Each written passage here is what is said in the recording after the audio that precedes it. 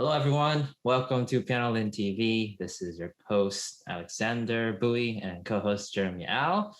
We are joined today by jazz pianist Alexandra Sjobeck. Thanks for having me. Yeah,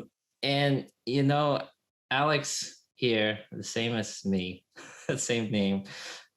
She's a jazz pianist, and what's interesting for jazz is it's a lot derived from classical music, especially harmony. And there are actually two different fields of music.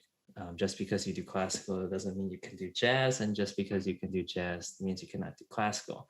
Although they are related in many different ways, their music and training history is long different. And that's why there's different majors for it.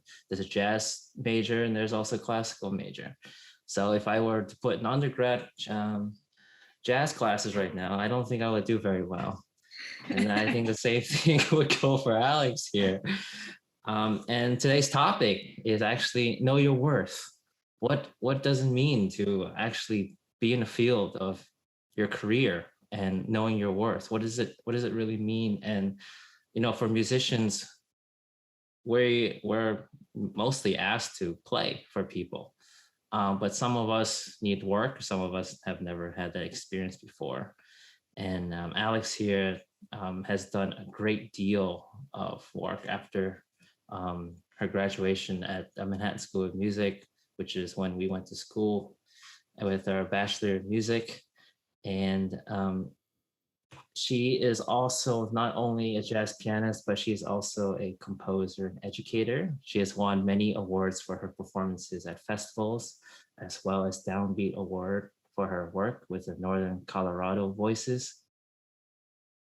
She began her professional career while attending the Manhattan School of Music on scholarship and studying under some of the world's finest jazz pianists. After graduating, she began teaching at the famed jazz program at the University of Northern Colorado as a teaching assistant while attaining her master's degree. Well, enough of me talking. Let our co-host Jeremy Al ask Alex here the first question. So Alex, you talk about how musicians, they're their own business. And you, after graduating, I'm sure you do many different things in your career. Could you talk a little bit about you as your own business?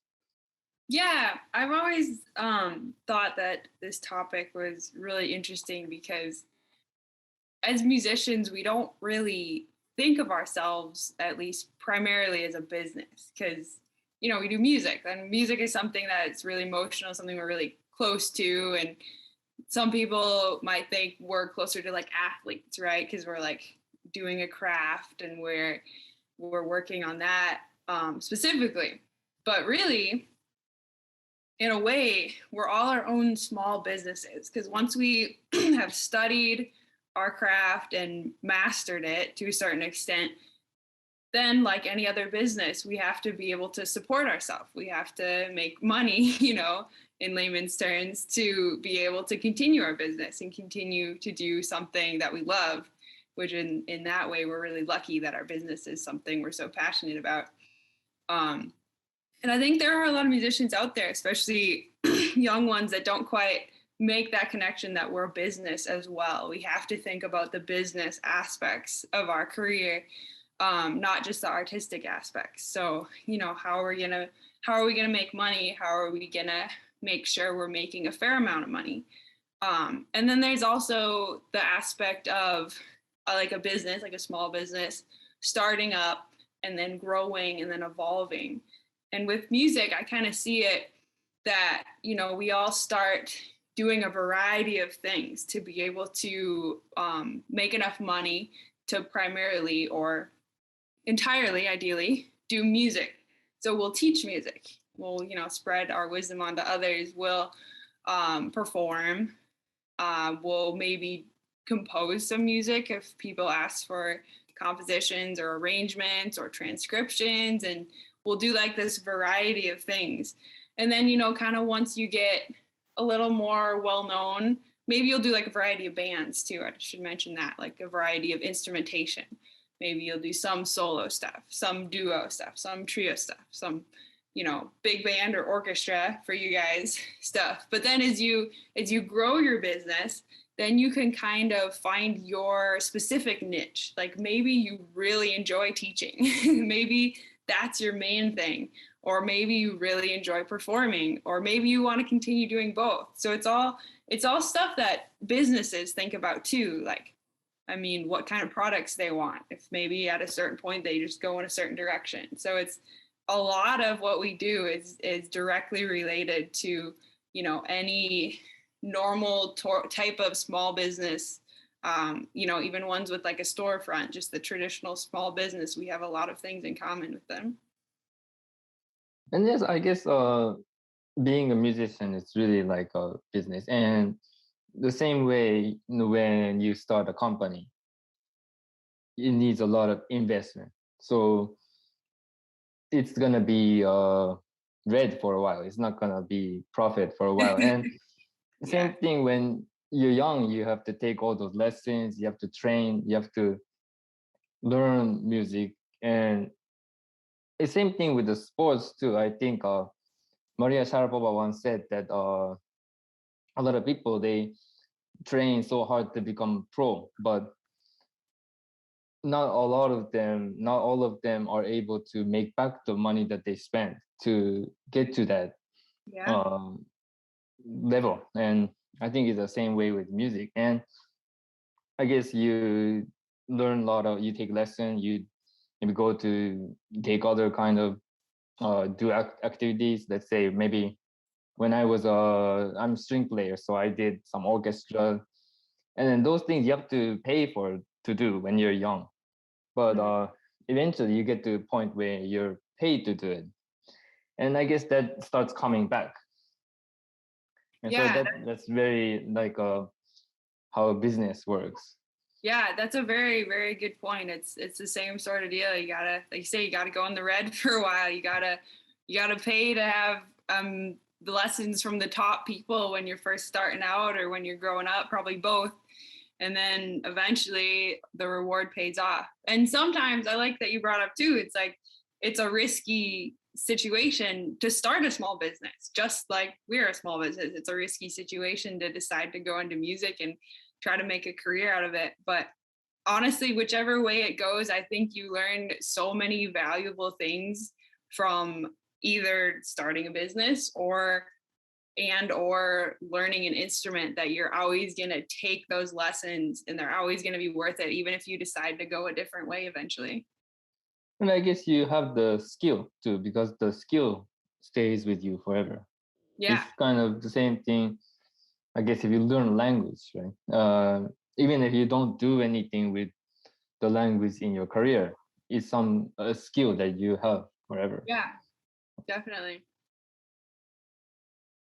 Yeah, These are wonderful points. I wanted to just point out, when you guys are doing reds and like investments, it sounds like we're doing stocks here.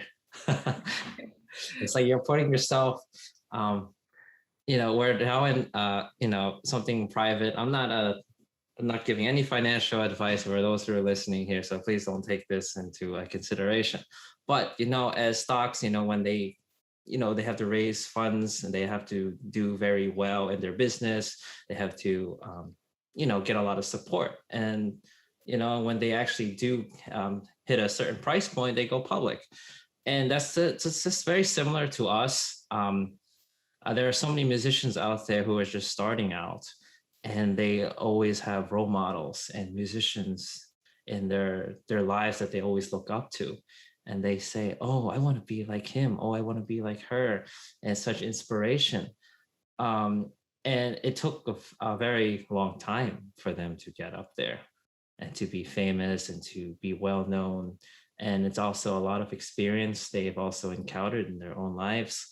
So when you're starting out fresh, it's actually a very hard concept to really grasp, right? And it could actually give you a lot of discouragement, because one, let's say you just graduated, and then you're struggling with work. You're struggling to find and know your worth in terms of, oh, is this good pay? Is this really like how much I should get paid? And I've actually experienced this when I was in my bachelor's, and I said, hey, I'm just going to take this work because I don't have any experience. And why not? Right? I don't even have a degree yet in music. So I told myself, okay, I'll take this job. It was a teaching job at a music studio in New York City. It was paid all right, but from what I've researched, it wasn't the best pay, but it was an opportunity for me to take. And I'm glad I took it because it gave me the pathway and opened doors for me to be able to teach on my own and not be under a company. So all of these things, when you start out fresh, it's really experience.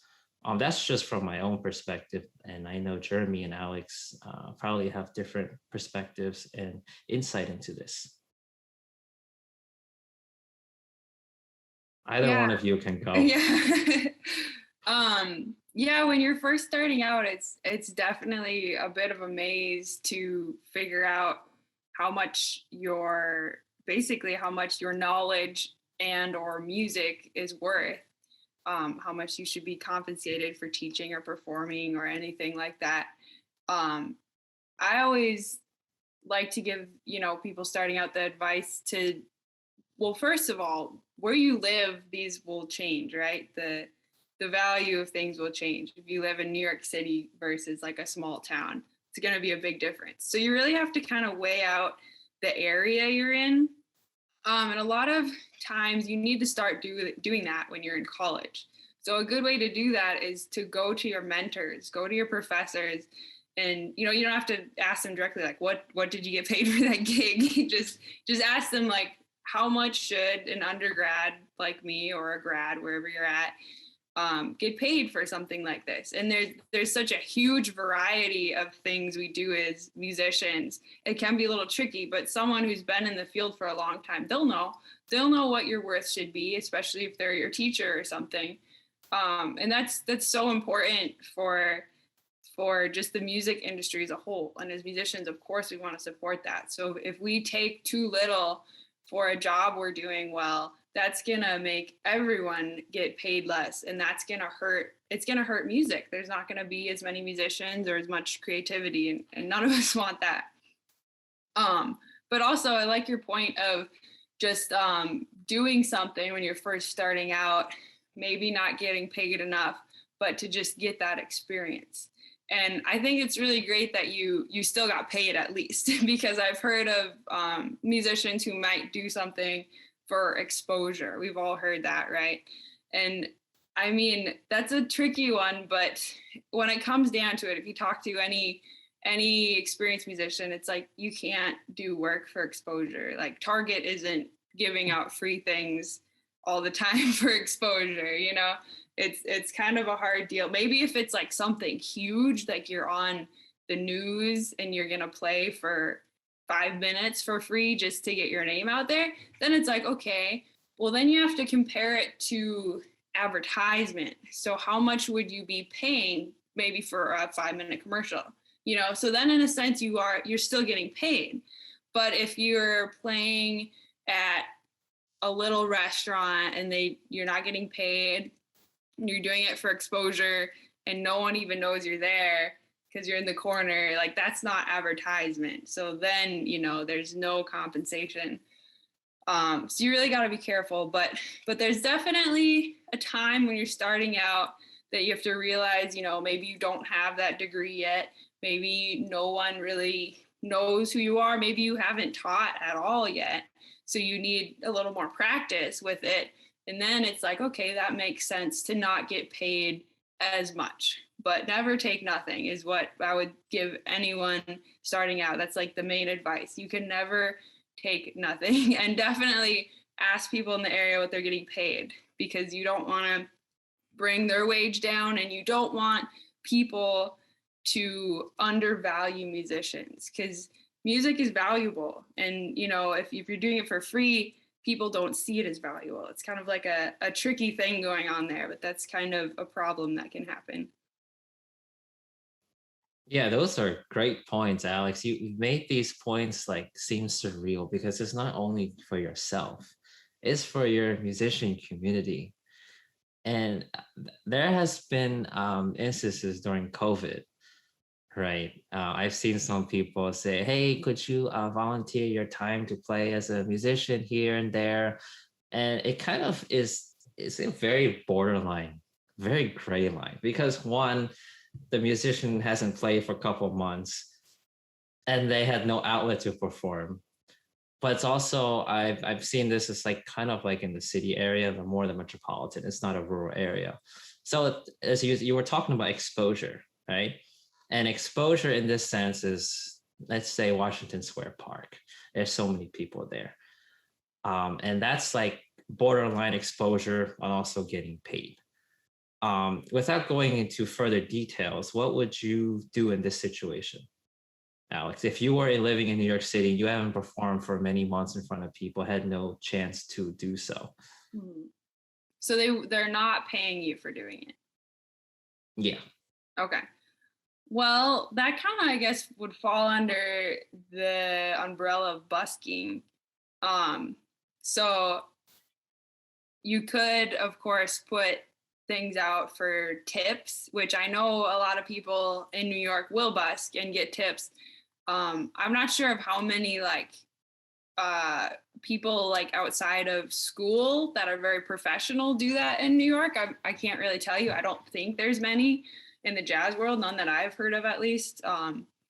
At least any of the older jazz musicians don't tend to do that.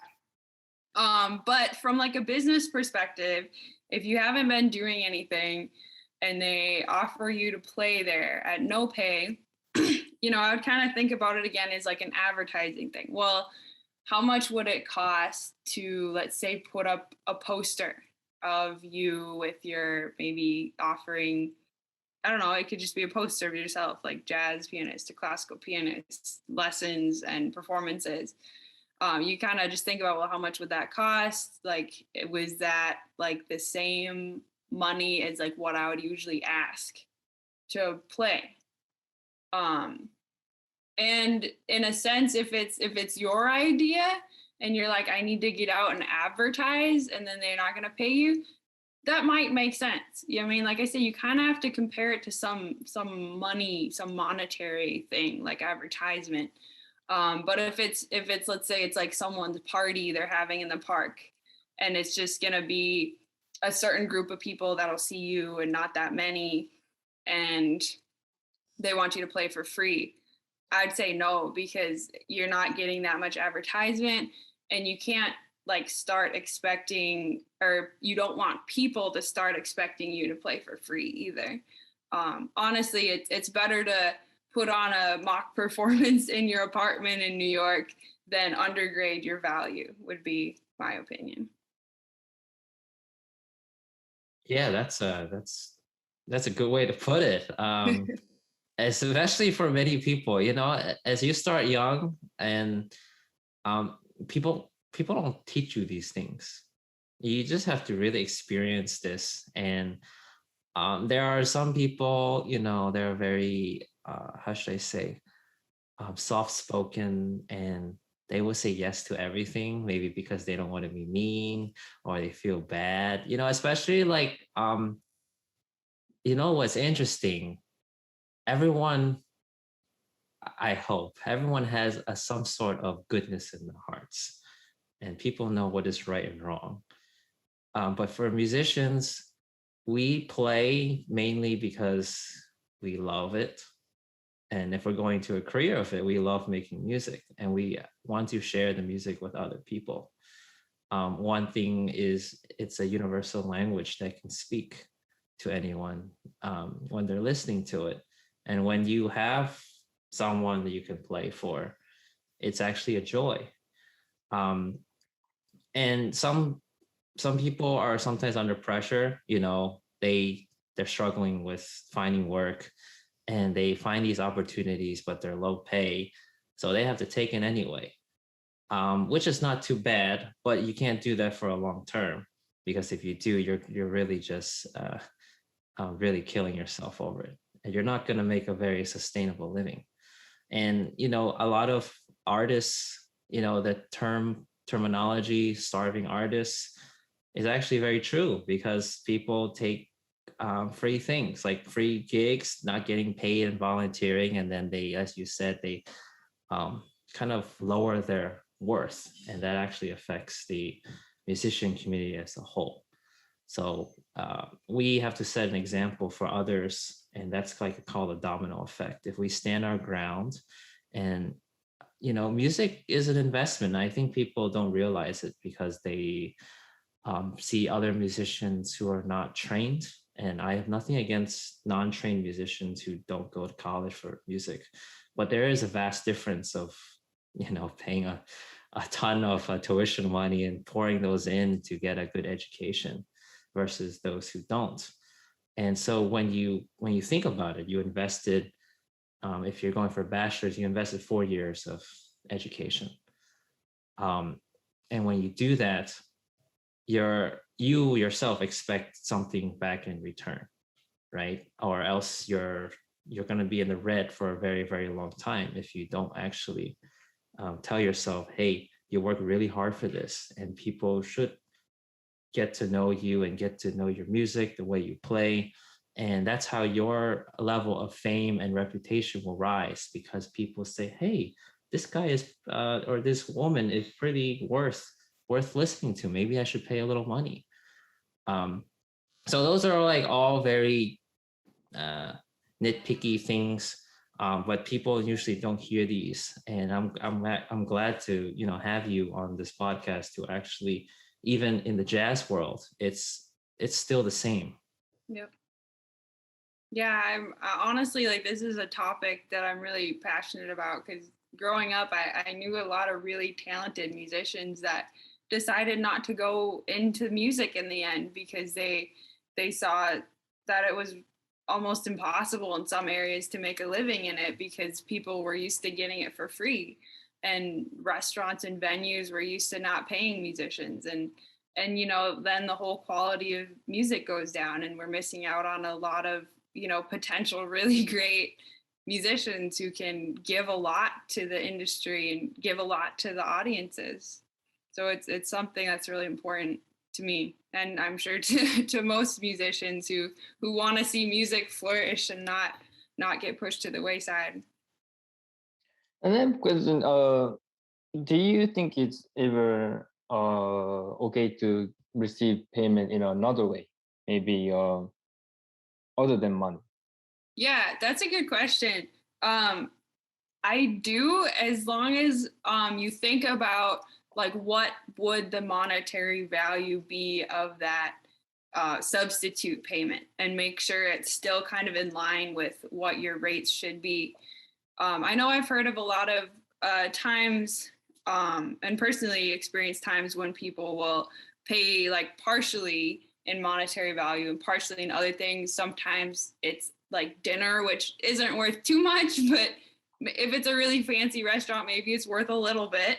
And then a lot of times, like, hotel costs or stuff like that is always something to think about, because if you're traveling for a gig and one gig doesn't offer you hotel, but it's more pay, but then the other place does offer you a hotel and it's a little less pay, it might end up actually being more pay because you're going to have to find a place to stay.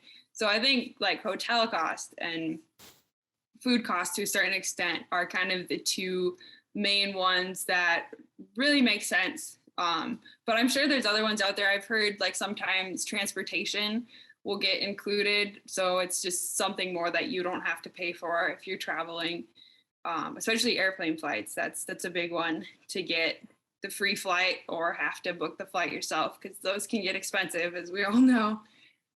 So yeah, there's definitely instances. I'm trying to think of, like, odd things that people could substitute for money, but I can't think of too many off the top of my head. No, those are wonderful, ways to get paid, and people don't realize it. Say, oh, I'm not getting paid, but getting paid with a hotel and flight. Yeah, those are very costly. If you're traveling a long distance, even from the East Coast to the Midwest, It's not that cheap, Yeah. It's like if you're doing a round trip flight, it could be around $200, $300. You don't have to pay that. Or And you're more. also getting a hotel, Mhm. right? And what kind of audience you got? If you got like, I don't know, 1,000 people, that's pretty good. That's great exposure. So, Yeah. and also you can treat it as like a little vacation, right? You can, you're staying there, you're playing a performance, it's not going to take the whole day. You can take your time to explore the area. So sometimes you do have to look actually at a wide angle perspective rather than just, am I getting paid? That's it. Yeah. And one other thing I wanted to touch upon, and this is a little, like a sensitive topic, because, in other fields, let's say a doctor, right? They always say, hey, this operation costs XXX. Do you have money to pay for it? And if the person's the family member or friend who's there taking care of the one, in the hospital bed says no, the doctor unfortunately has to not do the operation, right? Even though he or she knows the person is going to die. But for us musicians, we are in a less serious case. And I wanted to ask you, what about playing music for a good cause or donating your time? When is the appropriate, event to do that? Yeah, well, luckily we don't have to deal with life or death as musicians, thank goodness. But yeah, that's a really good question. So with donating your time, I think charity is amazing, and we should all, once we're able to, once we're making enough money to live ourselves, to be able to do stuff for charity is awesome. And I want to stress that it's when we're making a stable living, because if you're starting out and you can't afford rent, you can't afford food, don't do charity. Like, you need to make sure you are making a stable income. And then, yes, charity is amazing. I think the best way to go about charity for musicians is honestly like finding a charity that you care about, or if you hear about an event, offering it. Because when you're offering it, then it's not like, oh, we can hire this person for free. It's like a special thing where you're offering your talent, your services to a charity that you care about. If someone approaches you, which I think this happens a lot with musicians, if someone approaches you to play at a charity for free, first of all, this can happen for a lot of us, which you guys probably know, many times a year. And, no company or small business is constantly donating to charity. You just can't, like, financially. Even if you want to, you still have to be in the mindset of business. We're a small business. We can't give away all of our products, basically. So if there's one that comes along that you really like their mission, I definitely consider it. I like to think about, again, like comparing us to small business. What other business is involved in the charity's event? Like the space. Did the space, the venue, did they donate that venue for free? There's a good chance they didn't, but maybe. Like the caterers there, that's a little bit similar to what we do. We're helping the event to happen. So the caterers, are they giving their time for free? Probably not. So, we have to value ourselves like that. It's like everything else going into the event, most likely they're getting paid for it. Especially if, it's a big company, like they're not going to be like, oh yeah, here you go, this is free, here's the food, here's the venue. It just doesn't happen that way. And just because we are one person, and just because our music is our craft and something, that's more personal, we still gotta take ourselves seriously. It's a serious business, and not give that away for free, because a lot of these other things I've mentioned aren't going to do that. So it's hard because it's charity, but you can't feel bad if you have to turn them down. I mean, one way to do it is, especially if you're not raking in the money and can't afford to do it, just be like, why? Just tell them flat out, like, I can't afford with my business to do a performance for free. Maybe you could offer, if you're into the charity, you could, like I say, maybe once a year, twice a year, kind of set a goal for yourself, say set a limit. That's a better way to say, set a limit to how much charity you're going to support, and try to have it similar to other small businesses. So, you're making a good business decision. Be like, okay, I'm at the point in my career, I'm making enough money where I could donate my time to one charity a year. Like maybe you start out like that. And maybe it stays there. I mean, I think there's a lot of businesses that don't even donate to charity, so you can't feel bad. But you could also offer like a discount. You could be like, I can't do it for free if they ask you, but I really support what you're doing. I could lower my usual rate, since I am very supportive of your charity, to this. So you're still getting paid, so you're not losing money. Because honestly, if you think about it, if you're doing a gig for free, you're losing money, because you have to pay for that gas money to get to the gig. You have to pay for the wear and tear on your instrument if you're using your instrument. You have to pay for that time that's lost, because maybe like later on you get offered a really good paying gig that same night, but you have to turn it down because you already committed to the gig that was free. So you got to think about all those things. Yeah, those are so important to really think about. And charity musicians and charities are actually much more, how should I say, normal than other fields of careers. Singers, instrumentalists. It's actually, we provide the source of entertainment. We make people smile. We make people tear up emotionally. Without music in the world, I think it's going to be pretty dead. No matter what you do, you turn on, in the car, you got to have music, or you have a party, no music, it's sort of dead, right? Even when people are just dancing, can't even dance really without music. No. Or even you're watching a movie, no music, it's so awkward. And people must know that when musicians pick up their instrument to play or they sing, it's over many years of training and experience. And, for those who are listening who have no, training or background in classical or jazz or any other forms of music, why do you think we got this far? Do you think we just picked up the instrument and just started playing, or do we just start singing out of nowhere?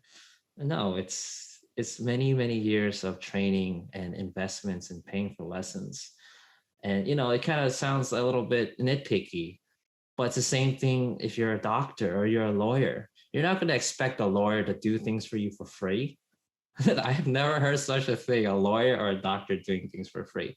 Of course, for doctors, you got health insurance. But, even if you have insurance that covers you, like when you're young, most people have to pay a copay or something like that. They still have to pay some sort of payment. So in life, there are many things that are free, that you can seize, but musicians, you cannot do that for all the time. It's our business. It's also our life and career, and that's how we make a living. And I don't want the starving artist trend to start, because musicians are accepting free performances. And I'm really glad. Yeah. Really, when you think about it, there really isn't much in life that is actually free. Like going to the park, like you have to buy a national park sticker. You have to pay to go outside and go for a walk. There's not much that, when you really think deeply about it, there isn't much that is completely free. So we definitely shouldn't be free, because nothing else is. You can't survive like that when everything else you have to pay for, right? That's right. Yeah. And your cell phones, people, if you didn't pay for it, who else paid for it? Or your laptops or your TVs, your bed, your home, everything, right? And sometimes I think in this age, people take music for granted because, you can easily just go to Spotify. and or Apple or YouTube, right? But you also had to pay for some sort of streaming device. So I mean, it's really nitpicking here, but it's a job. Being a musician is not only for our enjoyment, but also as a job. And I'm also gonna step a little bit outside of music, because Jeremy, you're working in IT right now, and you're a full-time worker. Yeah. So let's just say I'm your boss, and I'm only going to pay you 1/4 of your rate right now. It's an extremely low rate. Are you still going to work your job? Well, I mean, I'll probably go find something else. Yeah. Okay. So here, I'll stop you right there. Why? Well, because it's not worth because if you compare, it's low compared to what we call average, or right. So there's always chance for better. Right. And this is your first full-time job at IT, right? Right. Right. So in this case, I just, when I was looking for a position, I was actually just looking for, anything that would give me good experience. But of course, in this field, there's nothing that's free. But of course, there's a few different ones, and then there's different rate. But I mean, it's not bad for starting. So I'm happy with the position. Great. So you're seeing outside of music perspective and a music perspective. This is why I have you, Jeremy. We can always use you to relate. Yeah, and I only do things for free if you really have a passion for it, and you think you're doing a very good cause, but you still gotta have a stable living. But you actually said earlier, lawyers don't do free, but actually they do occasionally. No, yeah. But it's not most all the cases time. They don't. Most cases. It's only something like you say, though. It's only something that they're really passionate about. Then they'll do the pro bono. Yeah. Yeah. Something they care about. Wow, this is great. Yes. Well, Alex, it's wonderful to have you here, and thanks for being our guest. Having you as our first jazz musician on this podcast. This is a classical music podcast, but jazz and classical music are related in some sort of ways. But this particular subject, knowing your worth, applies to all musicians, and people should know, and that's why you're here. So thank you again. This is episode Know Your Worth. This is your host, Alexander Bowie, and co-host Jeremy Al. We're just joined by guest Alexandra Sjobeck, and we can't be more thrilled to have you here. Alex, do you have any social media or anything that people can look you up and look at your performances or search for you? Yeah, I mostly post everything on my professional Facebook page, which is Alex Sjobeck Music. In weird spelling of Sjobeck, but I'm guessing you can find that on this podcast title. For those people who don't want to find things, it's spelled Sjobeck. Thank you all for listening. If you're listening on YouTube, make sure to like and subscribe. We have phenomenal artists coming in every Tuesday. And if there's no phenomenal artists, you're stuck with me and Jeremy. And we're not too bad. And we talk about all different types of topics that are relating to classical music, but also worldwide. No matter what type of major or field of career you're in right now, all of our topics are pretty relevant. And I'm really happy that so many of you have reached out to me, thanking me and Jeremy for all the discussions we've had. We're all talking about experience and, to have a lifestyle and have an exciting lifestyle or trying to have an exciting lifestyle, you gotta have experience and you gotta put yourself out there. You can't be by yourself all the time. You gotta expose yourself to the world. And for those who are listening on podcast platforms, just hit that follow button wherever you listen to your podcast. Every Tuesday, we come out with weekly content. Thank you all, and take care. See you next Tuesday.